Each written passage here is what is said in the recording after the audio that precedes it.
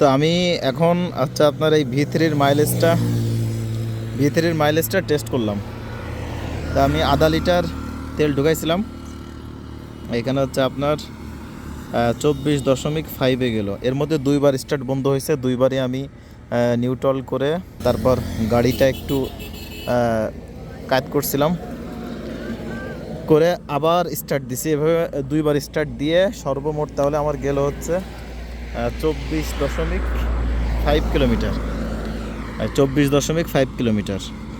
তাহলে এটা যদি আমি গুণ করি, 24 দুগুণ 48 হয়, 48 কিলোমিটার। এর পাশে 1 কিলোমিটার, 49 কিলোমিটার।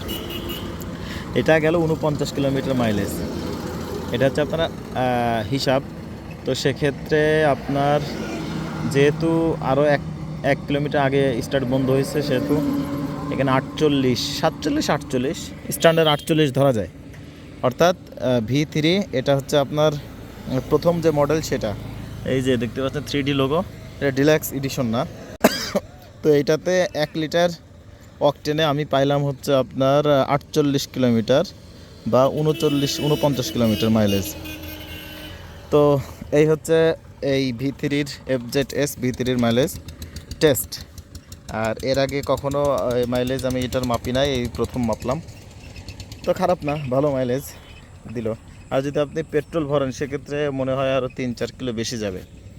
তো মোটামুটি 1 লিটারে 48 কিলোমিটার ধরা যায়। আর হচ্ছে আপনার যদি আপনি 100 টাকা ঢোকান সেক্ষেত্রে সাধারণত 10 কিলোমিটার আপ ডাউন হয়। তো 100 টাকায় আপনার হিসাব করা যায় আপনার 38 কিলোমিটার। তো মাইলেজ খারাপ না। আমার বাইক হচ্ছে FZX, ওইটা তো সেম 48 কিলোমিটার মাইলেজ, আর 100 টাকা 38 কিলোমিটার। তো মোটামুটি বোঝা গেল যে আপনার FZX আর FZS V3-র মাইলেজ একই। আর আমার ব্যাগের মধ্যে আমি তেল নিচ্ছিলাম, এখান থেকে তেল নিয়ে আমি আবার ঢোকাই আবার নতুন করে চালাবো। তো এই হচ্ছে FZS V3-র মাইলেজ। তো ভিডিওটি যদি ভালো লাগে অবশ্যই চ্যানেলটি সাবস্ক্রাইব করে আমার সাথেই থাকুন। এরকম আরও বাইক সংক্রান্ত নতুন ভিডিও পেতে সাথেই থাকুন। আর আমি কোনো মাইক্রোফোন ইউজ করিনি, যার কারণে হয়তো আমার কথাটা আজকে অতটা ক্লিয়ার আসে নাই। আমি পাশ দিয়ে প্রচুর বাইক যাওয়া আসা করতেছে।